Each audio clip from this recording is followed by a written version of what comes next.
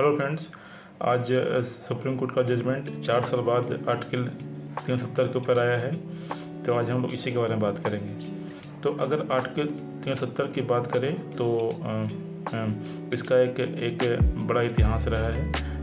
जब देश आज़ाद हुआ था तो उसमें ऐसा देश नहीं था जो अभी है। उसमें काफ़ी स्टेट ऐसे थे जो काफ़ी राजा ऐसे थे जो इंडिया में नहीं आना चाहते थे। उसमें से एक थे कश्मीर के राजा हरी सिंह।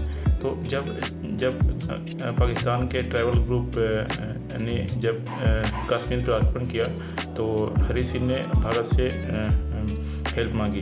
तो उस समय जो प्राइम मिनिस्टर थे नेहरू थे। तो नेहरू हेल्प करने के राजी हुए, बट उनका एक शर्त था कि आपको इंडिया में आना पड़ेगा।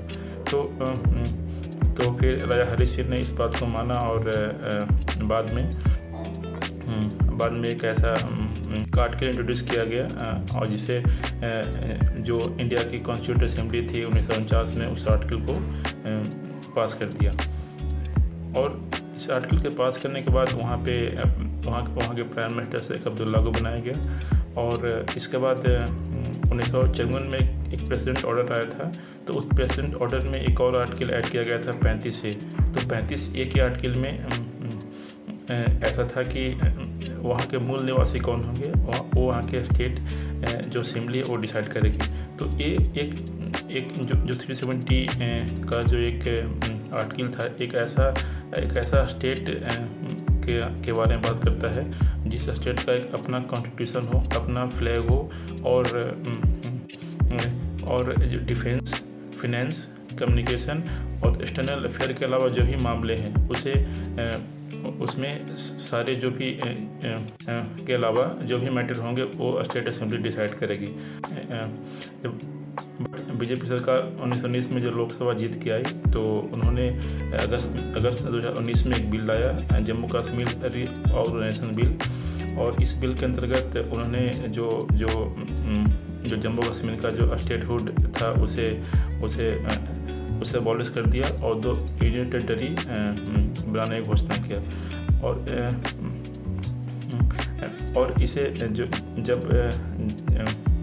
जब इसे बिल इंट्रोड्यूस किया गया था पार्लियामेंट में तो जो रूलिंग पार्टी का डिफेंड था वो ऐसा था कि चूँकि जम्मू कश्मीर में काफ़ी मिलिटेंसी बढ़े हैं, वहाँ पे काफ़ी टेररिज्म बढ़े हैं, काफ़ी वहाँ पे काफ़ी स्टोन पिल्टिंग की घटना बढ़ी है, वहाँ पे लॉ एंड ऑर्डर मेंटेन करना बहुत मुश्किल हो गया है। वहाँ पे जो भी मिलिट्री लोग हैं उनका हत्या बहुत ज़्यादा हो रहा है। तो इस बातों को लेकर सेंट्रल गवर्नमेंट का कहना था कि हम इस चीज़ों को कंट्रोल करना चाहते हैं और ये हम लोग तभी कंट्रोल कर सकते हैं जब आर्टिकल इस तरह को हटाएंगे। वहाँ पे बाहर के लोगों को तभी संभव है जब हम सरकार के कुछ प्रोविज़न को हटाते हैं। बट जो वहाँ के लोकल नेता थे, जो वहाँ के लोकल जो लोग हैं उनका ऐसा मानना था कि जो आर्टिकल 370 है वो उन्हें एक अलग पहचान देता है, उन्हें एक अलग आइडेंटिटी देता है, उन्हें एक ऑटोनॉमी देता है। और उनका एक भी कहना था कि ये जो आर्टिकल 370 है उसे जम्मू कश्मीर कॉन्स्टिट्यूंट असेंबली 1957 में बनाई थी और उसके बाद से वो जम्मू कश्मीर कॉन्स्टिट्यूंट असेंबली को भंग कर दिया गया था। तो चूँकि अभी constituent assembly Jammu Kashmir constituent assembly है ही नहीं तो इसे हम लोग इसे आर्टिकल 370 को एब्रोगेट नहीं कर सकते हैं। ये उनका मानना था कि जो भी बने हैं वो परमानेंट है।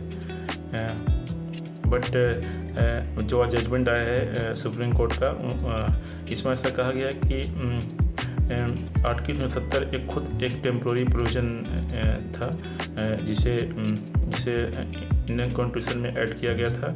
और इसे हटाने की प्रक्रिया है वो काफ़ी कॉन्स्टिट्यूशनल है, ऐसा सुप्रीम कोर्ट का मानना है। तो इस जजमेंट को आने के बाद जो हमारे प्राइम मिनिस्टर मोदी जी ने इसे स्वागत किया है, उन्होंने इसे हिस्टोरिक जजमेंट बताया है, हिस्टोरिक डे बताया है। और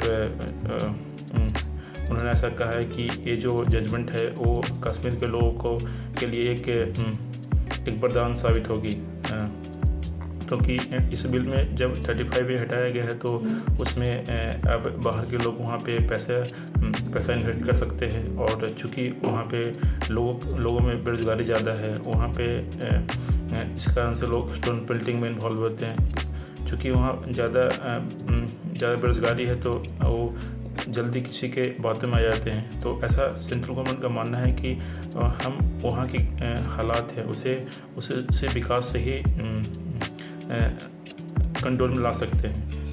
और जो सेंट्रल गवर्नमेंट का प्लान है वो वहाँ पे एक ऐसा माहौल बनाना, हम लोग जैसे जानते हैं जम्मू कश्मीर में एक ऐसा बोलते हैं कि पृथ्वी का स्वर्ग है। तो अगर ऐसा क्षेत्र इंडिया में है और क्षेत्र है तो अगर हम उसे अच्छा प्रमोट करें, अच्छा लॉ एंड ऑर्डर दे, अच्छा शांति वाला माहौल दे, तो वो एक विकास करने का एक बहुत बड़ा क्षमता रखता है। तो सेंट्रल गवर्नमेंट आशा करते हैं कि जो भी स्कीम है, अब चूँकि स्टेट असेंबली का कुछ रोल नहीं होगा तो हर चीज़ हम लोग डायरेक्ट बिना स्टेट असेंबली के अप्रूवल के हम लोग वहाँ पर अप्लाई कर सकते हैं। लाइक पंचायत, जो भी सेंट्रल गवर्नमेंट के स्कीम्स है वो वहाँ पर इम्प्लीमेंट हो सकता है। सोशल सिक्योरिटी वहाँ के लोगों को मिल सकता है और एक भारत के विकास में एक अहम भूमिका निभा सकते हैं, ऐसा हम लोग मान सकते हैं।